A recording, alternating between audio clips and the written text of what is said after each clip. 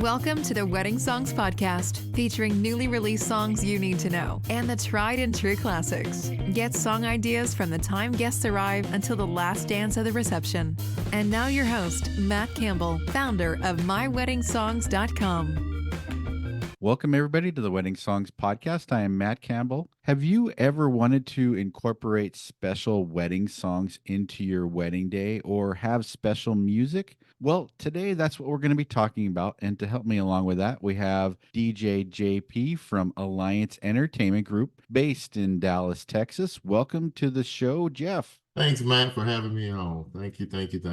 Yeah, I appreciate having you on here too, because I know you're a wealth of knowledge and doing a lot of things in the DJ industry as well. I want to start off with the way I start off with every podcast. Can you just share a memorable or heartwarming wedding moment? Oh, wow. There's so many. But I think one was we just did Valentine's Day wedding. The venue, everything was donated for a couple that have had a bunch of tragedies in their life. So to see the bride come through the doors and walk down the aisle, and they didn't have to worry about paying for anything. Everything was paid for. She could just totally relax and enjoy herself. It was one of the best weddings I've ever done. And the groom, he was giddy like the bride was. So it was just beautiful. And they looked at each other. And I really enjoyed doing that and being a part of that. Yeah, that's a special thing when the groom is really into it, because it's sad that that doesn't happen more.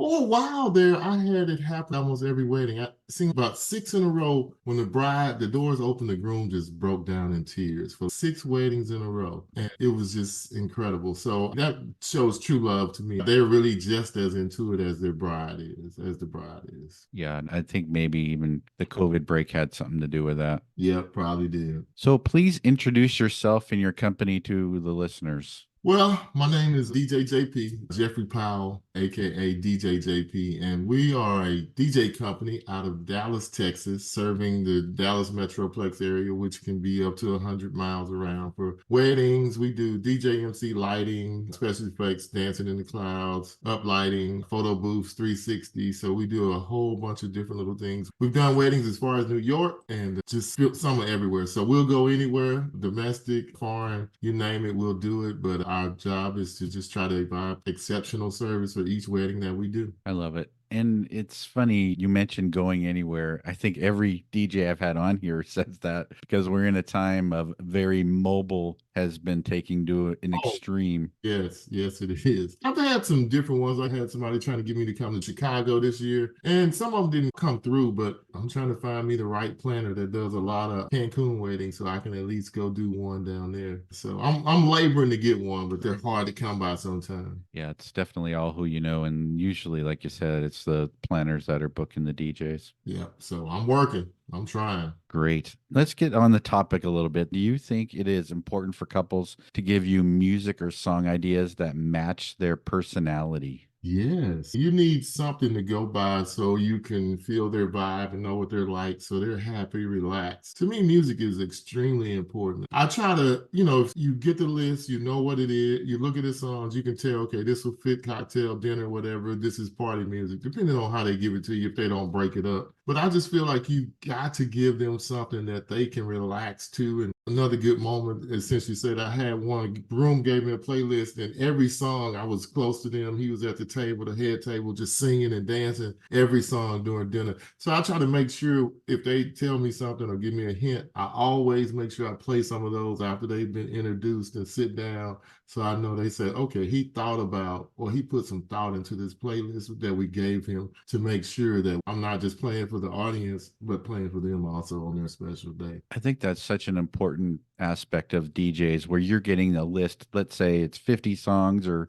20 songs, but now you're curating that so that way you're adding songs that may surprise them or get them feeling a certain way. Yeah, and with Spotify and other services, it gives you stuff that you may not have even thought of that would go with, that matches their flavor. So I put all my list in Spotify and go through and then, okay, here's a suggestion. I didn't think about that. I didn't think about this. And then I have my favorites that I like to play at most of my receptions, so that something that I know everybody likes or remembers or can sing along, that's going to touch almost every audience. Well, I think that's really important too. By the location that you're in, you know what's popular in your area and what guests like from all the weddings that you've done. Yep, you do. And cocktail and dinner kind of travels. You can't mess up with that. But other stuff, totally different. Mississippi is totally different than Texas. So that's a whole different vibe of music versus what I play out here. And then going back home to where I'm from in Hattiesburg, Mississippi to DJ. So that's a great transition then. What is the difference between a wedding in Texas and a wedding in Mississippi? It's not as stiff. Let me just do it on this level on New Orleans. So I go to New Orleans, I'm all stiff thinking, okay, introductions, this, that, and the other. No, the bride and groom just walk in. There's no food line, no calling tables. They just tell everybody to go. Nothing is like, just only thing that they really structure is the ceremony. Everything else is loose and fancy, put free.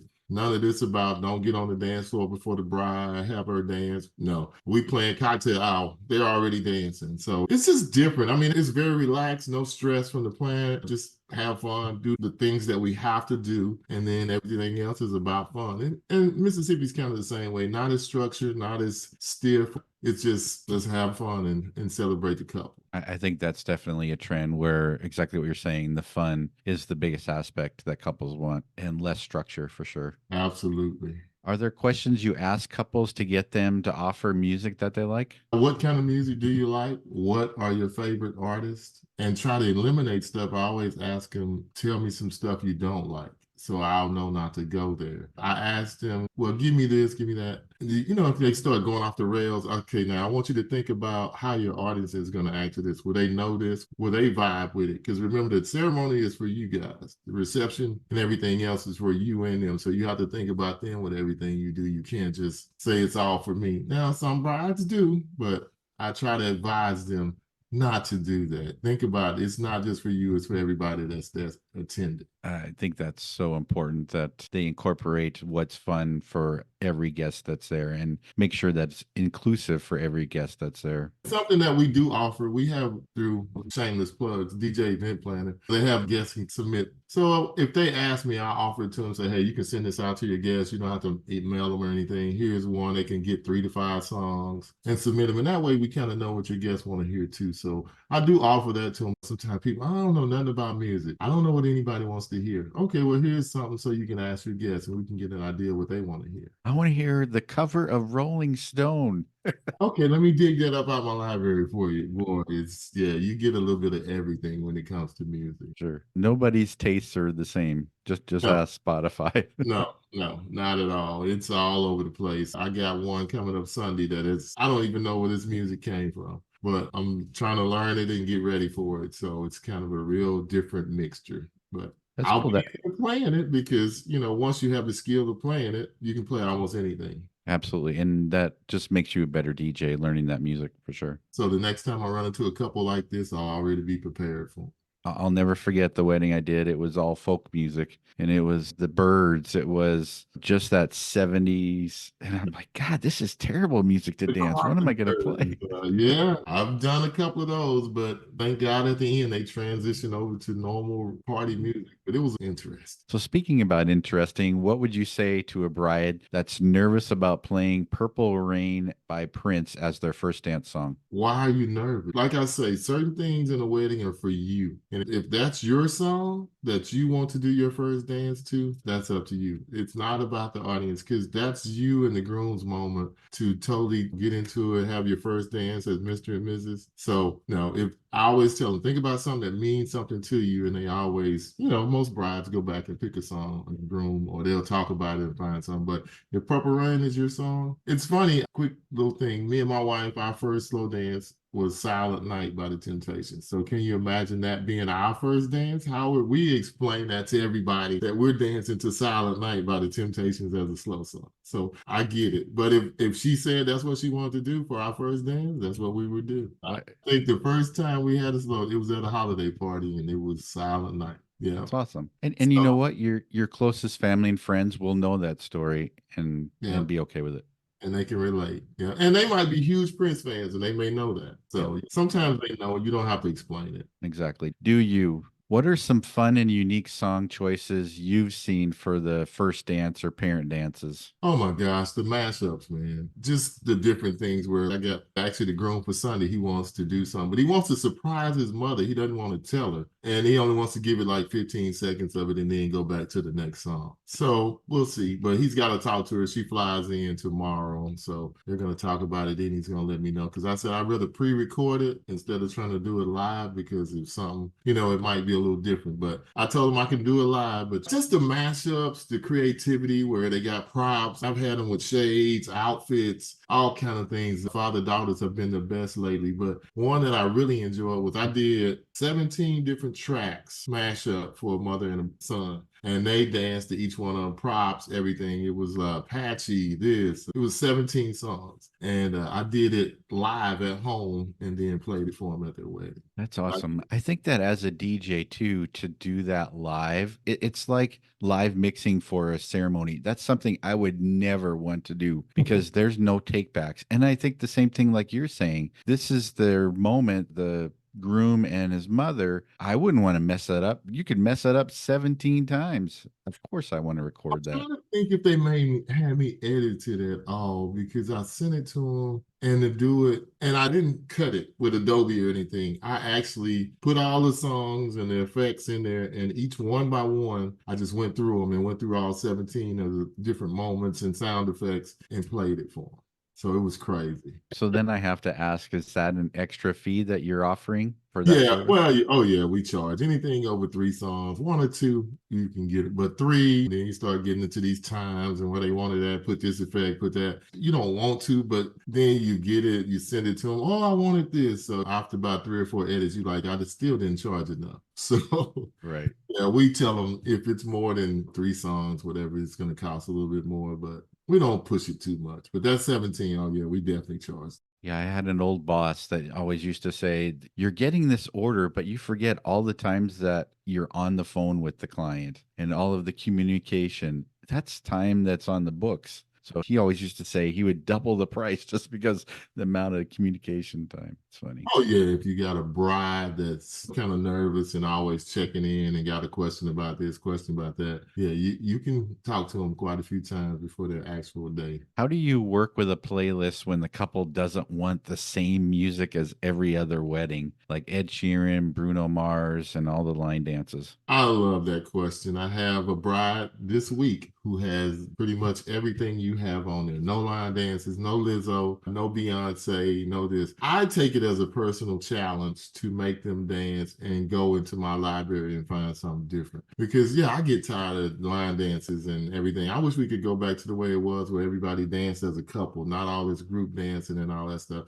Because then I feel like I'm really doing my job. Playing line dances, that's a cheat code. That's like Super Mario Brothers cheat code to get into another world. So I love it. I embrace the challenge. I don't get mad. Oh Lord, what am I going to do? Oh no. Here we go. Let's dig into that library, go back and find out what they really like. She gave me a list of stuff that she likes. So I'll be able to jump from hip hop to 90s, 2000s, R&B, just different things, but none of the stuff that we play every wedding. Like she said, no YMCA, no this, no that. So, oh yeah, I take it as a challenge.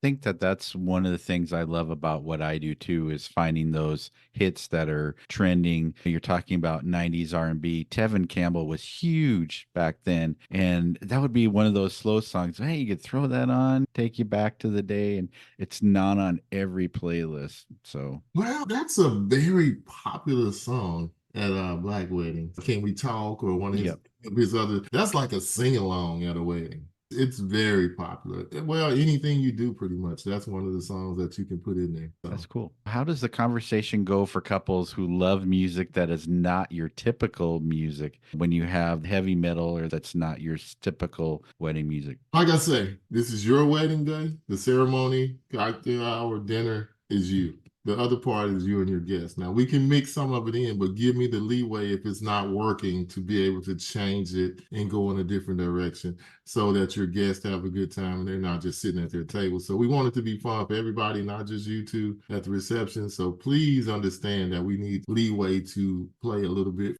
I can't tell you how many people I've talked to that said the bride comes up and says, "Why is nobody dancing?" And the DJ says, "Because I'm playing exactly what you told me to play." Yes, yes. We had one of our DJs, he was doing a wedding, and she had this strict playlist. Nobody was dancing, and the DJ changed it up a little bit. She came up there, play back on my playlist. Nobody dancing. He tried to sneak in another song, stay on my playlist. And then she wants to write a bad review. Because I don't want to stand there and play to an empty dance floor. I want everybody to dance. So I wasn't there, so I don't know the full story, but I told him, I said, yeah, he tried to talk to her, but she just wouldn't budge. So in that case, you just do what the bride says, and we'll deal with it Monday morning. Time for a quick break from the show to let you know about the Wedding Music Letter. Are you struggling to find the wedding songs that match your personality and music style? Are you having a hard time keeping up with the new wedding songs being released? Then subscribe today to the Wedding Music Letter by going to my website, myweddingsongs.com, and clicking on the Join Now button. Every Wednesday, you'll get song ideas to build your wedding playlists. On the last day of the month, you'll get all of the new wedding songs released from the prior month. So subscribe today and join over 7,000 other engaged couples and wedding pros by going to myweddingsongs.com and joining the Wedding Music Letter today. Now back to the show. They're the paying client, so you have to do what they want.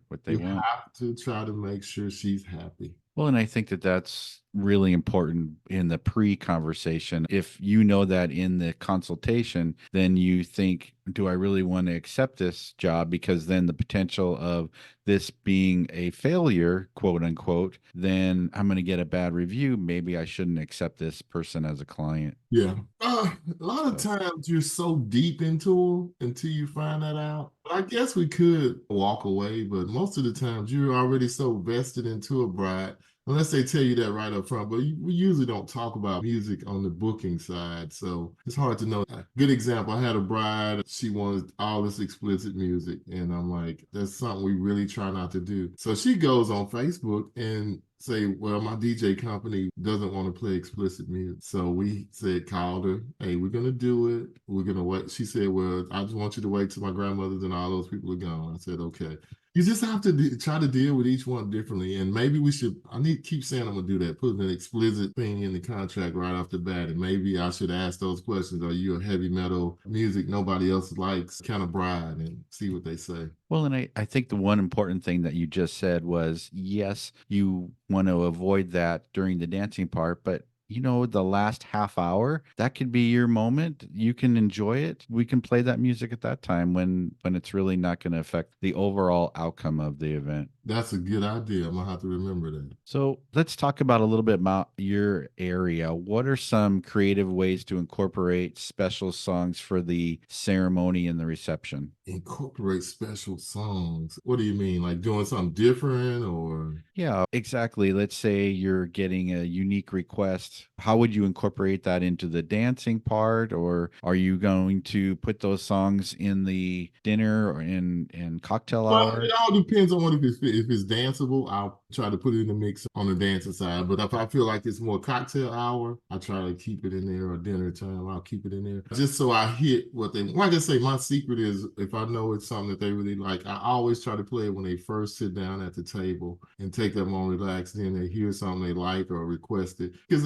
you want them to think, he thought about me, he thought about me, he thought about me. So, yeah, or he listened to us. So I always try to incorporate it right there. Wow, that's a great tip for those that are listening, to play something that the bride and groom or the wedding couple like at the beginning, just to calm their nerves and know that you are going to make that day wonderful and play their music. And I think they just feel like, oh, he listened, he understood, he got our vibe. And even if you don't play nothing else they like for the rest of the day, you got them, you hooked them in right there. So now they're not listening as intently for songs that they ask you to play, because you already showed them that you paid attention and did it. I love it. So speaking of special songs, are there any college fight songs that are popular in your area?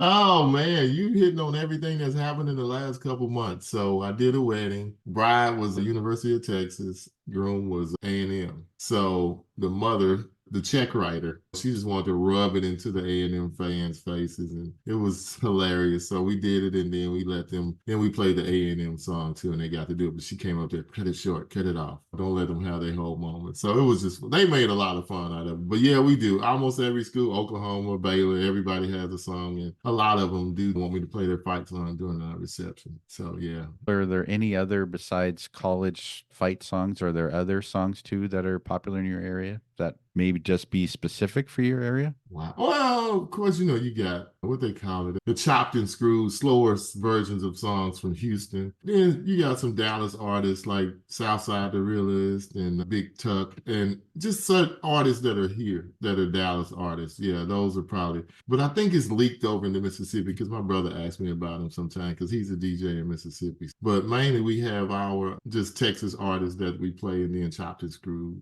stuff like that. That's interesting. I should ask a Vegas DJ about that because we have the Imagine Dragons and the Killers are two big artists from Vegas, whether they get requested a lot. That's interesting. Yeah, I mean, and because there's a song called Hennessy, and a lot of people probably don't know it, but those two guys are from Dallas, and it's like you can play that anywhere and it's gonna pop off. But go home. Yeah, it's likable, but not like it would be here. Just like New Orleans, I can play bounce music the whole night and nobody would complain. And so everywhere has their own music. Yeah, for sure. What are some common mistakes couples make when selecting their music? It all goes to what you like and not thinking about anybody else. This is I want this. Like you say, heavy metal, rock, stuff like that, that is not danceable. But again, if their whole crew is like that and they all like it, then it may work. But a lot of times they don't take their couples into consideration. They just me, me, me, me, me, me.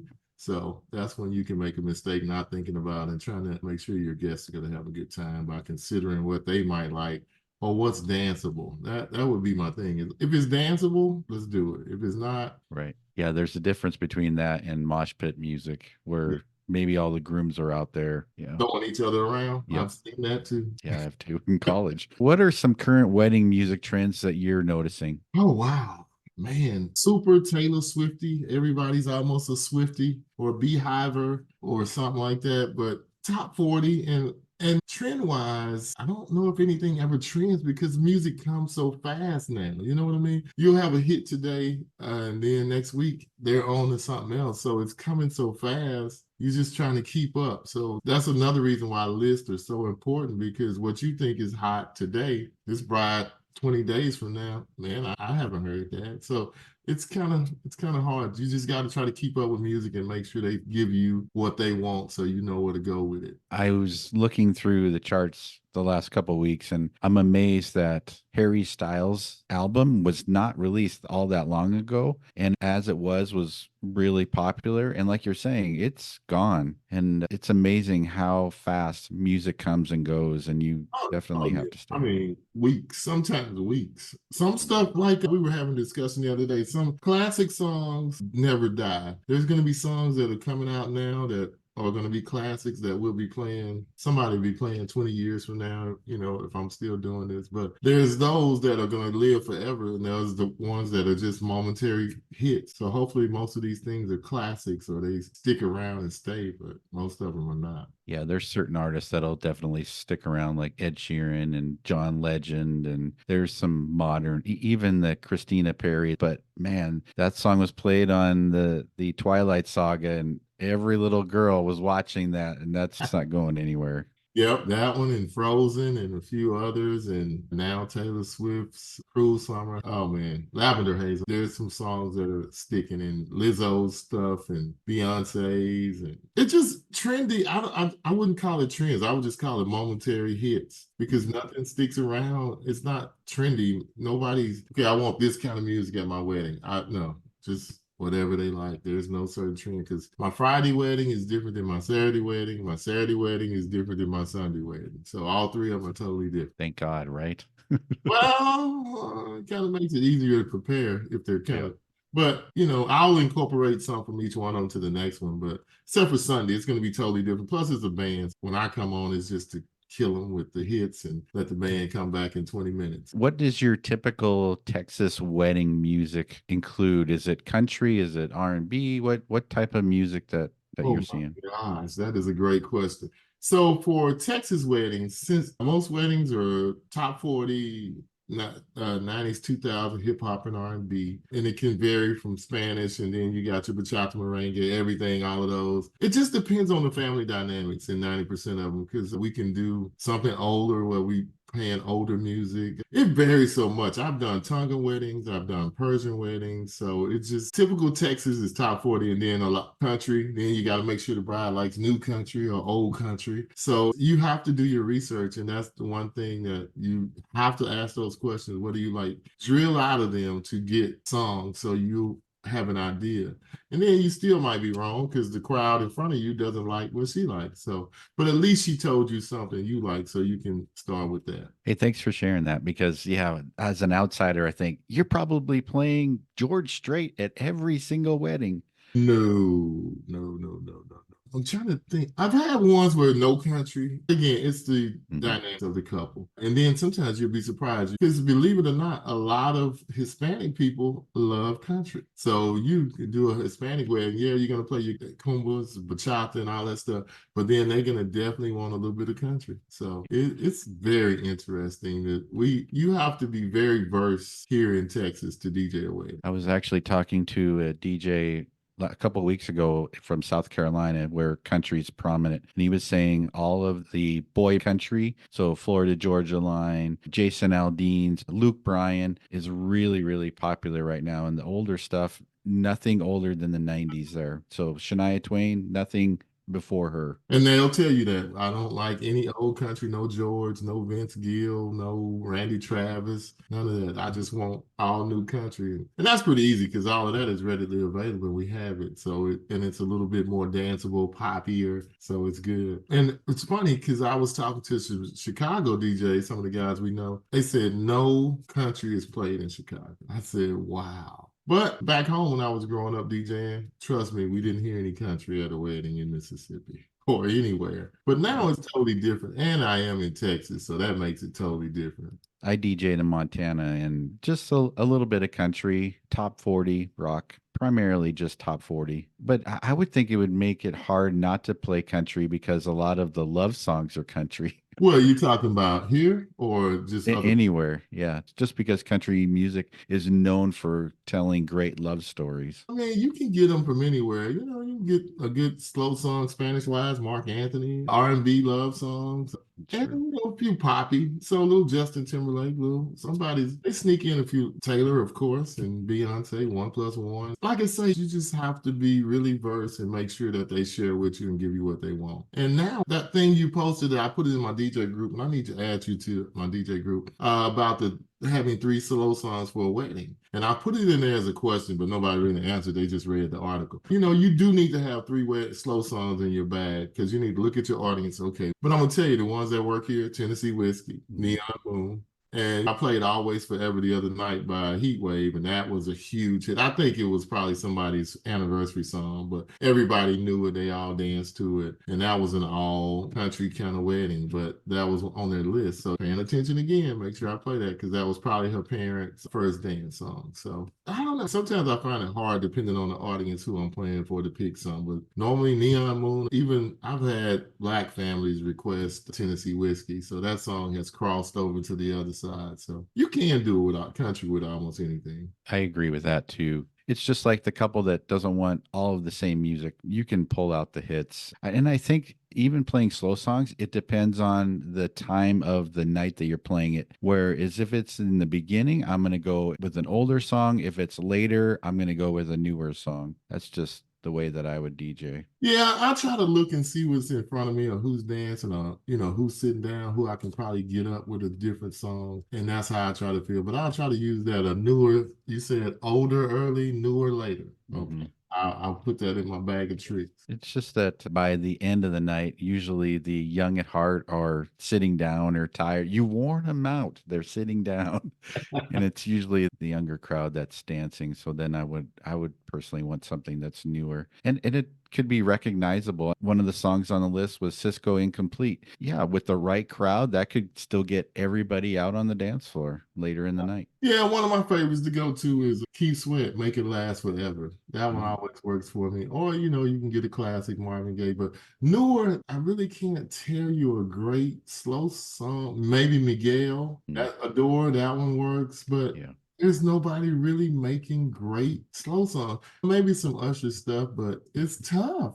I mean, yeah. to really and most of his are classic hits too. So are you really digging up something new? I mean, for that. So yeah, you just have to look at your audience and know what's going on. But I definitely will try to squeeze something newer in. It's funny you mentioned Adorn because we went to iHeartRadio this last year and Miguel performed, and I was amazed how many kids were so excited to hear him sing that song. I'm like, that should be on every DJ's playlist in the right time. It's definitely going to hit the people our age and then the younger people too, just because it trended on TikTok. Yeah, TikTok. Yeah, I go look at that sometimes too, but I can't keep up because that flows and ebbs every day too. Yeah, for sure. Well, you can look at Spotify. They got the top 100, and some of it's not even danceable. It's just stuff somebody's made a video to. So it can drive you crazy. Why am I looking at this? Because it's really not going to help me. When I'm listening to the New Music Friday on Spotify, it's like 5 seconds. Yep, that's terrible. Next.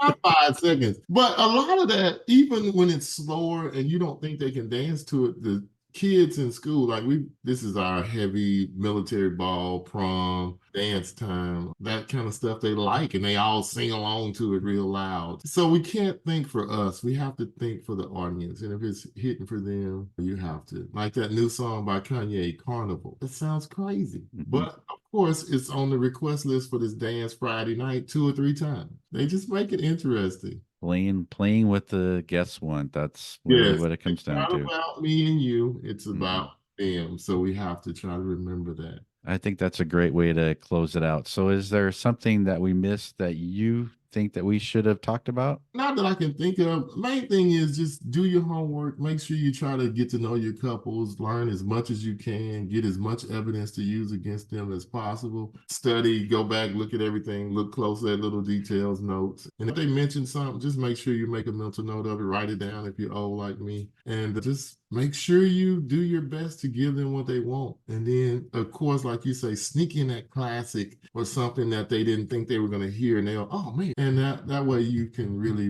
they'll make it even more memorable for them because you added a little spice or something that nobody thought of. And engage. A guy told me a trick the other day. He goes around to each table, say, "Hey, what would you like to dance to?" And he takes, okay, now if I play that, you're gonna have to dance, just so they feel comfortable with you, you feel comfortable with them, and then that helps you. And one thing I will tell everybody: if a bridesmaid or a groomsman come and ask you for a song, play it, as long as it's not too bad, because they know them way more than you do, and they know like college days or something like that. So I had a groomsman come to, hey, the groom is a huge Drake fan. Man, we played a Drake song. They had him throwing him in the air. It was one of the best moments of the night. He was singing. Then I had another one. The groom was a Swiftie, tie on the head to the side, shirt unbuttoned, and he was just screaming the song. So I always try to, if a bridesmaid or a groomsman come and ask me for something, I try to make sure I get it in the mix for them. I love it. Great tips. Yes. So, where can listeners connect with you and follow along? You can find us at Alliance Entertainment Group on Facebook, Instagram, TikTok, everywhere. We're all just Alliance Entertainment Group or at aegtx.com. That's the shortest way to find us. AEGTX, which is Texas.com. I want to have you do a plug too. I heard that you're doing a little podcast as well. So, might as well do a plug for that too. Yes. We have a podcast. Me and another good friend of mine, DJ here in Dallas with me, Mike, DJ Mike. We have two DJs, one mic, and we do podcasts talking to different people in the industry. Matter of fact, we got you coming on the show. But we talk to people all over the industry, planners, DJs, anybody who will talk to us actually, because we just want insight. The toughest thing has been to get brides to come on, because I don't guess anybody wants to talk about it. But we have a photographer schedule, we got a planner schedule, we got you schedule. We've done Keith, Rob, everybody, all the big people in the industry, Alan Berg, you name it, we've had them on the show. So go back, we're at episode 73. We're loving it. If you're going to Midwest DJs, we'll see you up there. If you're going to Marquee, we'll see you there. We'll be broadcasting live from those different shows. Fantastic. Well, thanks, Jeff, for being on the show today. I really Oh, you're appreciate it. welcome. It was good. Thanks, everybody, for listening. Stay tuned for next week for another interview with another wedding pro. And while you're at it, if you could just give us a 5-star donation to your favorite listening platform like Spotify or Apple, however you're listening. Thanks for listening and have a great day. Thank you for listening to the Wedding Songs Podcast. Never miss a future episode. Subscribe today to our podcast. Follow us on Facebook at My Wedding Songs and send us a message about playlists you would like covered.